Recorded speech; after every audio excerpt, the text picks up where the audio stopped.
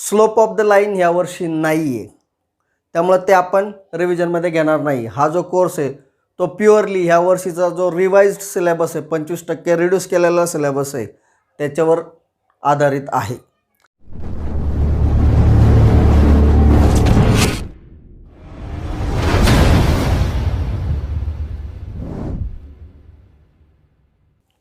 नमस्कार विद्यार्थी मित्रांनो, कोऑर्डिनेट जॉमेट्रीचे आपले रिव्हिजन कंप्लीट झालेले आहे. आपण डिस्टन्स फॉर्म्युला शिकलो, आपण सेक्शन फॉर्म्युला शिकलो. स्लोप ऑफ द लाईन यावर्षी नाही आहे, त्यामुळे ते आपण रिव्हिजनमध्ये घेणार नाही. हा जो कोर्स आहे तो प्युअरली ह्या वर्षीचा जो रिवाइज्ड सिलेबस आहे 25% रिड्यूस केलेला सिलेबस आहे त्याच्यावर आधारित आहे. तर मग आज आपण या व्हिडिओमध्ये काय बघणार आहे तर फक्त काही हॉट्स म्हणजे हटके क्वेश्चन बघणार आहे जे सेक्शन फॉर्म्युला आणि डिस्टन्स फॉर्म्युलावर आधारित असतील. तर चला बघूयात पहिला प्रश्न. पहिला प्रश्न असा आहे, can the segment joining point A √2 B -√2 and C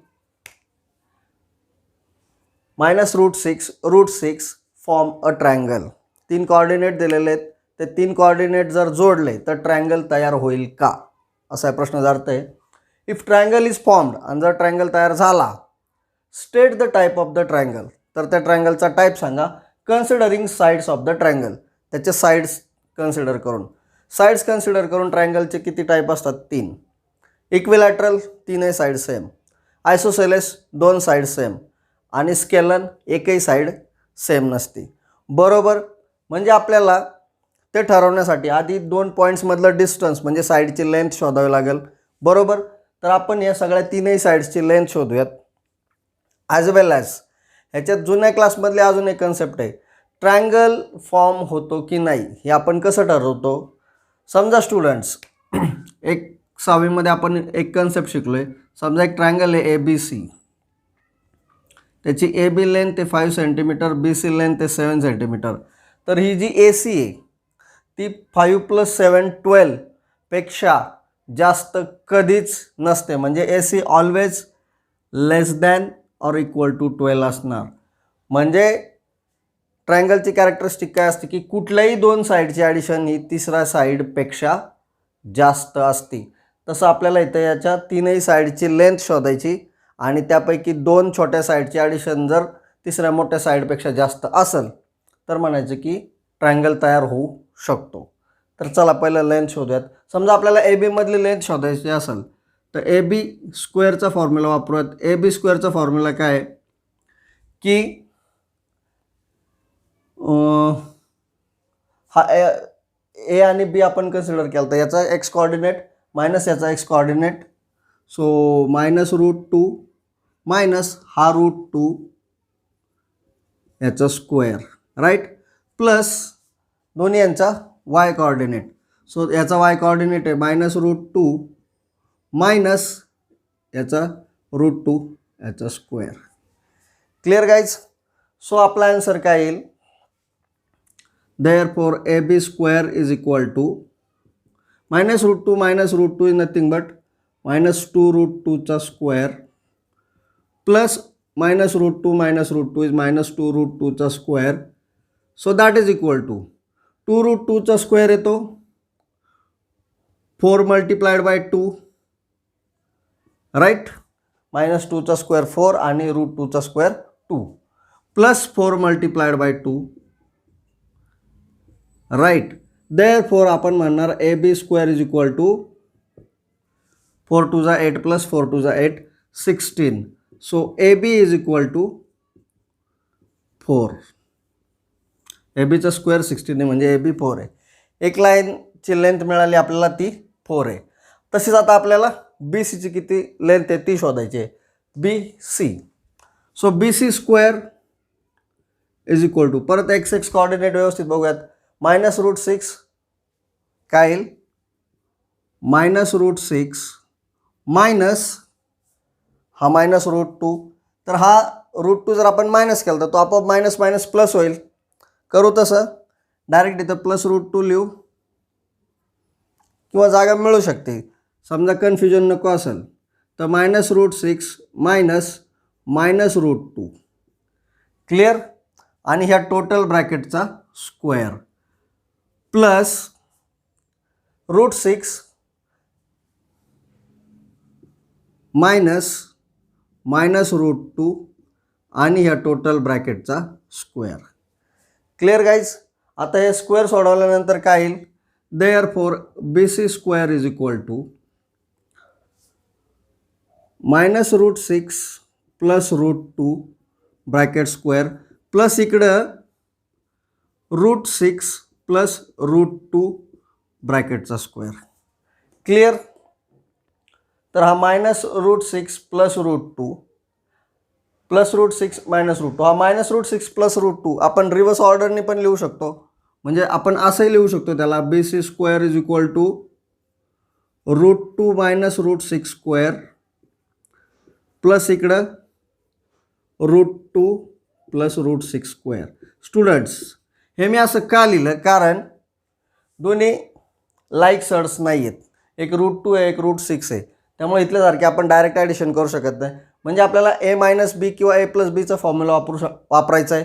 इथं A-Bचा फॉर्म्युला वापरण्यासाठी त्या फॉर्ममध्ये आणले आणि इथं A+Bचा फॉर्म्युला वापरायचा आहे. ओके. सो A-Bचा फॉर्म्युला जर आपण वापरला तर इथं काय येईल, A स्क्वेअर म्हणजे √2चा square 2, right, -2 into √2 into √6 -2AB plus बीचा स्क्वेअर म्हणजे √6चा स्क्वेअर तो येईल 6.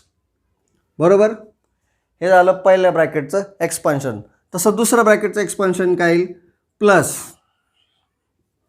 √2चा square 2 plus 2 into √2 into √6, right, plus या √6चा स्क्वेअर आला 6.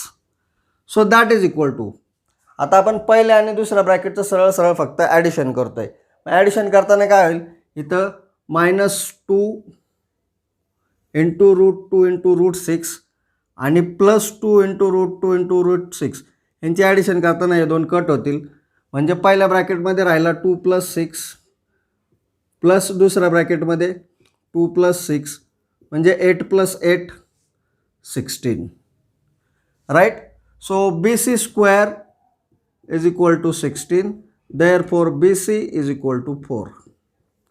चला, आपला AB 4 मिळाला होता, BC पण 4च मिळाला. आता आपल्याला AC शोधायचा आहे. So let's write the formula. AC square is equal to A आणि C. A पासून कोऑर्डिनेट घेऊयात. सो √2 मायनस Aचे एक्स कोऑर्डिनेट √2 मायनस हा काय √6 याचा स्क्वेअर प्लस आता वाय कोऑर्डिनेट काय आहे √2 मायनस इकडे काय सिंपल √6. सो √6 या ब्रॅकेटचा square. Clear guys. So that is equal to √2 plus √6 ब्रॅकेटचा स्क्वेअर पहिल्या ब्रॅकेटमध्ये प्लस दुसऱ्या ब्रॅकेटमध्ये √2 मायनस √6चा स्क्वेअर. आता इथं आपण वापरू शकतो A+B स्क्वेअरचा फॉर्म्युला आणि इथं वापरू शकतो A-B स्क्वेअरचा फॉर्म्युला. सो A स्क्वेअर √2चा square 2 plus 2 into √2 into √6 plus √6चा स्क्वेअर 6 पहिला ब्रॅकेट प्लस दुसरा ब्रॅकेटमध्ये √2चा square 2 minus 2 into √2 into √6 plus √6चा स्क्वेअर 6. क्लिअर. दोघांचे आपण ॲडिशन करतोय तर हा +2 √2 इंटू 2 √6 आणि -2 इंटू 2 इंटू √2 इंटू √6 कट होतील. म्हणजे पहिल्या ब्रॅकेटमध्ये काय राहिलं, AC square is equal to पहिल्या ब्रॅकेटमध्ये 2 + 6 8 प्लस दुसऱ्या ब्रॅकेटमध्ये 2 + 6 8. So AC square is equal to 8 + 8 16, therefore AC is equal to 4. Okay guys, काय मिळालं आपल्याला, AB 4 BC 4 AC 4 तीनही साईड इक्वल आहेत. ओके. कुठल्याही दोन साईडची ॲडिशन केली तिसऱ्या साईडपेक्षा जास्त असणार आहे. बरोबर. We can say AB plus BC is greater than AC, right. BC plus AC is greater than AB AB plus AC is greater than BC. कुठल्याही दोन साईडची ॲडिशन केली तर ती तिसऱ्या साईडपेक्षा जास्त असणार आहे. Therefore we can form a triangle. Question असा होता की ट्रायंगल फॉर्म होईल का? So we can form and equilateral triangle. Direct दोन्ही प्रश्नांची उत्तर एका वाक्यात देऊयात. त्यांनी काय विचारलं होतं? कोणता ट्रायंगल होईल? ट्रायंगल होईल का? आणि झाला तर कोणता होईल? तीनही साईड सेम आहे म्हणजे इक्विलॅटरल ट्रायंगल तयार होईल. आलं लक्षात? परत सांगतो, हॉट्स म्हणजे हटके. 5वी 6वीतल्या काही महत्त्वाच्या कन्सेप्ट यात होत्या.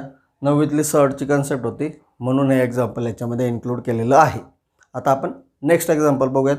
तोपर्यंत तुम्ही याचा स्क्रीनशॉट घ्या, व्हिडिओला लाईक करा, तुमच्या मित्रांपर्यंत शेअर करा. जर तुम्ही पहिल्यांदाच इथं आला असाल तर सबस्क्राईब करा. आणि सगळ्यात महत्त्वाचं, तुमचे काय व्हॅल्युएबल कमेंट्स, सजेशन, काही अनसॉल्व्ड क्वेश्चन्स असे असतील तर ते कमेंट करा.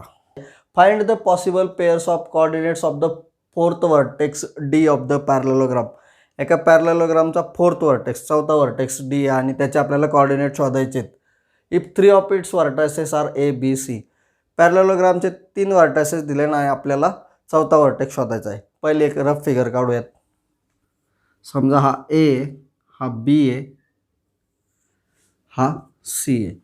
तर हा जो चौथा वर्टेक्स आहे D, त्याचे कोऑर्डिनेट्स आपल्याला शोधायचे आहेत.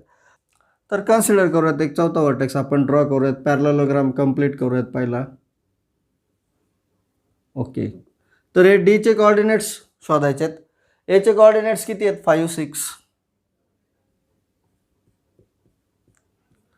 बीचे कोऑर्डिनेट्स किती आहेत? 1, -2. सीचे कोऑर्डिनेट्स किती आहेत? 3, -2. डीचे कोऑर्डिनेट्स त्यांना आपण म्हणूयात x1 आणि y1. ठीक आहे. आता पॅरलेलोग्रामच्या कॅरेक्टरिस्टिक काय काय असतात? इथं आपण साईडशी रिलेट करतोय. सो साईडशी रिलेटेड कॅरेक्टरिस्टिक काय असतात? Opposite sides are congruent. म्हणजे यांचं जेवढं डिस्टन्स आहे तेवढंच यांचं डिस्टन्स असणार आहे, याचं जेवढं डिस्टन्स आहे तेवढंच याचं डिस्टन्स असणार आहे. हा फॉर्म्युला आपण वापरू शकतो opposite sides are congruent consider करून.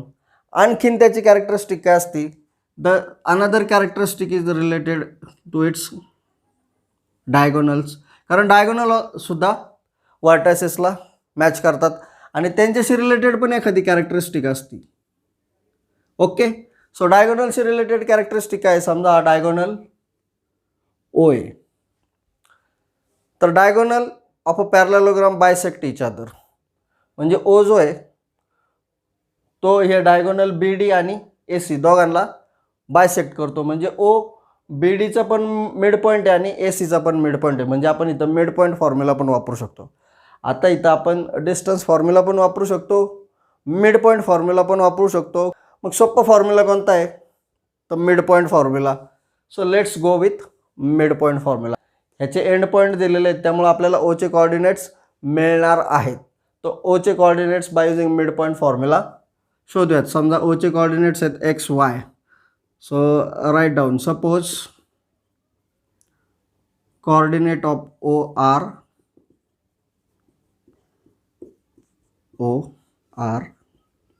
X, Y. ओके, चला. So X is equal to this 5 plus 3/2, that is equal to 8/2. Therefore x is equal to 4. Okay, Ocha x coordinate मिळाला 4. y coordinate 6 plus -2. So y is equal to 6 plus -2/2. So that is equal to 6 - 2/2. Therefore y is equal to 6 - 2 4, 4/2 2. कल्पनेपेक्षाही सोपं होतं. 4 2 हे ओचे coordinate मिळाले.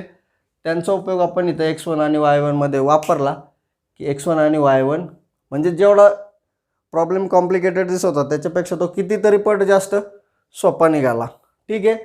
तर इथं जर आपण मिड पॉईंट फॉर्म्युला वापरला विथ लाईन सेगमेंट BD तर आपण काय म्हणणार? 4 is equal to 1 plus x1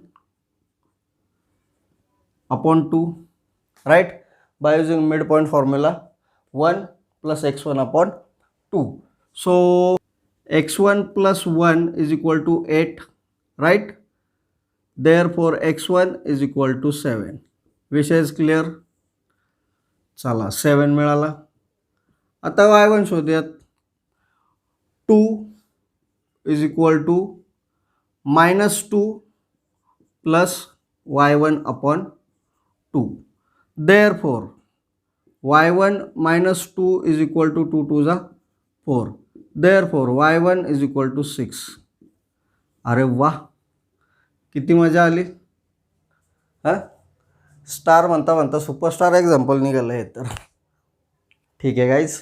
example असं आहे, find the type of the quadrilateral if point A B C and D are joint serially.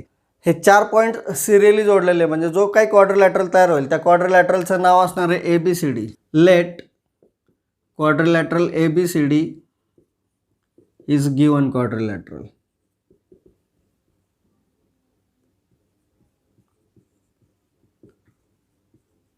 Serially जोडलेत ना, त्यामुळे ए बी सी डी या सिक्वेन्समध्ये त्याचं नाव असणार आहे. आता आपल्याला जर त्याचा टाईप ओळखायचा असेल तर तो आपण त्याच्या साईड्सवरून ओळखू शकतो. अपोजिट साईड्स कॉन्ग्रुएंट आहेत, ऑल साईड्स कॉन्ग्रुएंट आहे, किंवा डायगोनलची काय प्रॉपर्टी आहे त्याच्यावरून. म्हणजे आपल्याला पहिले त्याच्या साईड्सच्या लेंथ शोधाव्या लागतील. तो पहिला ए बी शोधूयात. So A B square is equal to A आणि बी -4 -3. सो -3 minus -4 bracket square plus -7 minus -2 bracket square. So that is equals to -3 plus 4 bracket square plus -7 plus 4 plus 2 bracket square. So that is equal to -3 plus 4 1 चा square plus -5 चा square. So 1 चा square 1 -5 चा square 25. Therefore we can say AB square is equal to 1 plus 25. So AB square is equal to 26. Therefore AB is equal to √26. ठीक आहे. ए बीची length मिळाली. तशीच आता बी सीची काढूयात. B C square is equal to B आणि C 3 minus -3 bracket square plus -2 -7 bracket square. So that is equal to 3 plus 3 6 square, right, plus -2 plus 7 -5 चा स्क्वेअर. सो 6 चा स्क्वेअर प्लस 5 चा square actually 36 plus 25. Therefore BC square is equal to 25 plus 25 50 plus 11 61. So BC is equal to √61. Clear guys. आता A B झाला, B C झाला, C D शोधूयात. C D square is equal to C and D इथे 2 minus 3 bracket square plus 3 minus -2 3 minus -2 bracket square. So that is equals to 2 minus 3 -1 चा square plus 3 plus 2 5 चा square. So that is equal to 1 plus 25, that is equal to 26. So CD square is equal to 26. Therefore CD is equal to √26. चला येते लक्षात. A B आणि C D opposite sides congruent आहे. B C √61 आहे, म्हणजे A D G आहे ती पण √61 आली पाहिजे. येते का बघूयात. तसं जर असेल तर तो ॲटलिस्ट पॅरलेलोग्राम आहे हे लक्षात येईल. So A D AD square is equal to A आणि D 2 minus minus 4 2 minus minus 4 bracket square plus 3 minus minus 2 bracket square 3 minus minus 2 bracket square. So that is equal to 2 plus 4 6 चा square